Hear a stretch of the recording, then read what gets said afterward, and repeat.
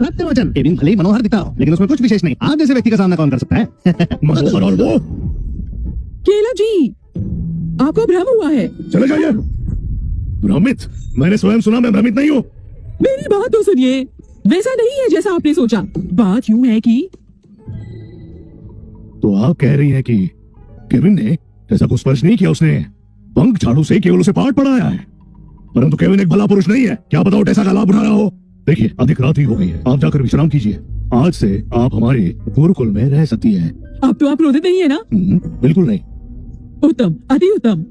क्रोधित होकर क्या लाभ? इतना सुशील युवक है, इसे ऐसे नहीं जाने दे सकती।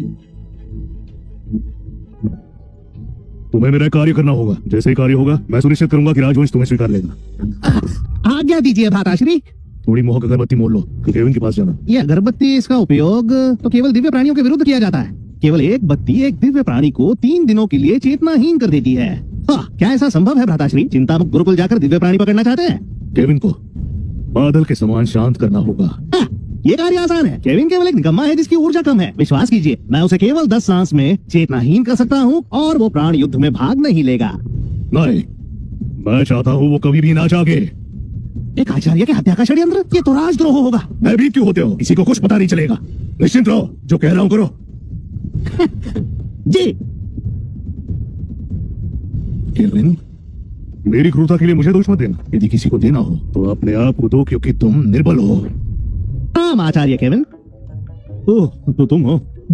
जी आचार्य जी। आचार्य जी, समारोह में पहले भ्राताश्री ने आपसे दुर्व्यवहार किया, उनकी ओर से मैं क्षमा मांगना चाहता हूँ आपसे। वो भी एक शिष्य है, मुझे उससे कोई आपत्ति नहीं। सत्य वचन आचार्य जी, किंतु हम आपसे छोटे, क्षमा मांगना कर्तव्य है। देखिए, मैं आपके लिए बाजार से ये अगरबत्ती लाया हूँ। लोग कहते हैं इससे आत्मा और मन शांत रहता है। लीजिए केविन, ये अगरबत्ती 10 क्षणों में 100 हाथियों को चेतनाहीन अवस्था में पहुंचा सकती है। और आप तो केवल एक आम आचार्य हैं। ये अगरबत्ती, आपको इसका अनुमान विलंब से हुआ। आप तो अब ये अगरबत्ती उत्तम है। अद्भुत, इसकी सुगंध गुलाब जैसी है। तुम विवेकी हो, तुम जानते थे कि मुझे इससे प्रसन्नता होगी।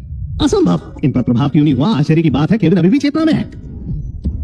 आचार्य जी, ये उससे अच्छी अगरबत्ती है। अद्भुत, इतनी बड़ी अगरबत्ती। निश्चयतः, मैं अभी से जलाता हूँ। यहाँ पर रहने वाले सभी प्राणियों पर इस अगरबत्ती का प्रभाव होगा। इससे तो 10,000 हाथी 1 लाख सांड भी अवचेतन हो जाएंगे। आशा है कि आप भी शीघ्र ही अवचेतन अवस्था में होंगे। मेरे पास इससे बचने के लिए एक सामग्री है, किंतु 10 क्षणों के बाद मुझ पर भी प्रभाव होगा। तुम तो केवल एक छोटे आचार्य हो, एक झटके में जीवन भर के लिए अवचेतन अवस्था में होंगे। अद्भुत, आनंद आ गया।